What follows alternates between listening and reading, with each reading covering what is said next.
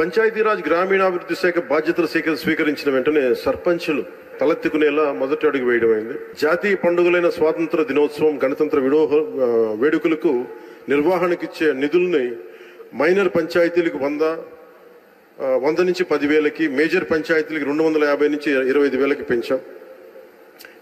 గ్రామాన స్వాతంత్ర గణ దినోత్సవ వేడుకలను ఘనంగా నిర్వహించుకునే అవకాశం కల్పించి ఆత్మగౌరవాన్ని కాపాడాం. సర్పంచుల ఆత్మగౌరవాన్ని. గ్రామ స్వరాజ్య సాధన లక్ష్యంలో ఒకే రోజున 13,326 పంచాయతీల్లో గ్రామ సభలు నిర్వహించి ఒక సరికొత్త రికార్డు సాధించాం. ఇది పల్లె పండుగ ద్వారా గ్రామీణ రహదారులకి ఒక కొత్త కళ తీసుకొచ్చాం. రైతులకి అండగా మినీ గోకులాలు, నీటి కుంటలు చాలా తక్కువ కాలంలోనే తవ్వించాం.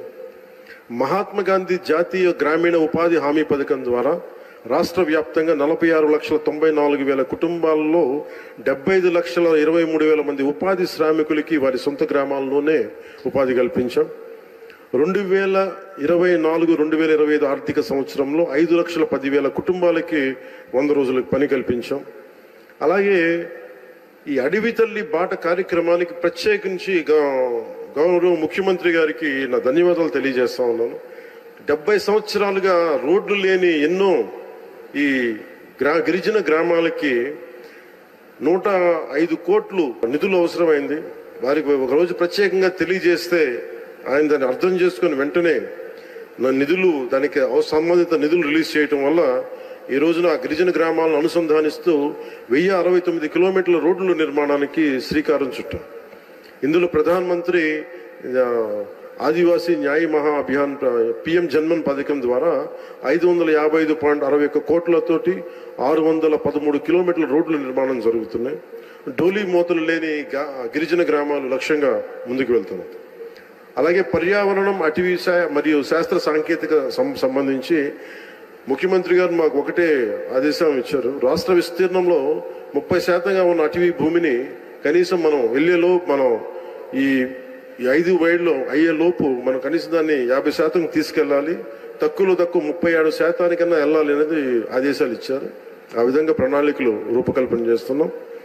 రాష్ట్ర సరిహద్దు జిల్లాల్లో రైతులు ఏనుగులు బెడతో నానా ఇబ్బందులు పడుతూ ఉంటే ఆ సమస్య పరిష్కారానికి అంతర్రాష్ట్ర సహకారం తీసుకున్నాం. మన కర్ణాటక ప్రభుత్వం సహకారం తీసుకున్నాం. కుంకి ఏనుగులు ఇప్పుడు 4 మనకి చేరుకున్నాయి. ఇంకొక 2 త్వరలో రానున్నాయి ఆ క్యాంపుకి. ఎర్రచందనం అక్రమ రవాణాన్ని అరికట్టేందుకు కఠిన చర్యలు అమలు చేయడంతో పాటు అక్రమంగా తరలిపోతున్న ఎర్రచందనాన్ని తిరిగి తెచ్చుకునే విధంగా కర్ణాటక రాష్ట్రంతో ఒప్పందం కుదుర్చుకున్నాం. ఎకో టూరిజం అభివృద్ధికి చర్యలు చేపట్టాం. కాఫీ తోటలు ఇటీవల ప్రారంభించిన వుడెన్ బ్రిడ్జ్ కూడా ఈ కోవకి చెందుతుంది. 1,122 కోట్లతోటి నగరవన యోజన ద్వారా 61 నగరవనాల ప్రాజెక్టులని చేపడుతున్నాం.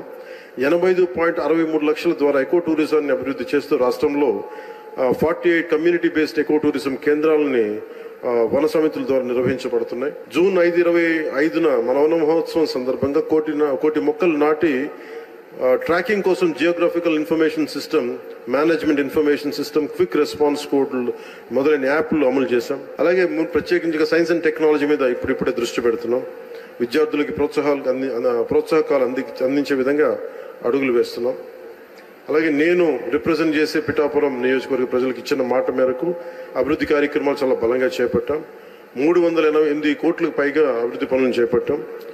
వచ్చే 4 ఏళ్లలో గౌరవ ప్రధానమంత్రి శ్రీ నరేంద్ర మోదీ గారి సహకారంతో, ముఖ్యమంత్రి వర్యులు శ్రీ చంద్రబాబు నాయుడు గారి సహకారంతో రాష్ట్రం మరింత ప్రగతి సాధిస్తుందని ప్రజలకి హామీ ఇస్తున్నాం.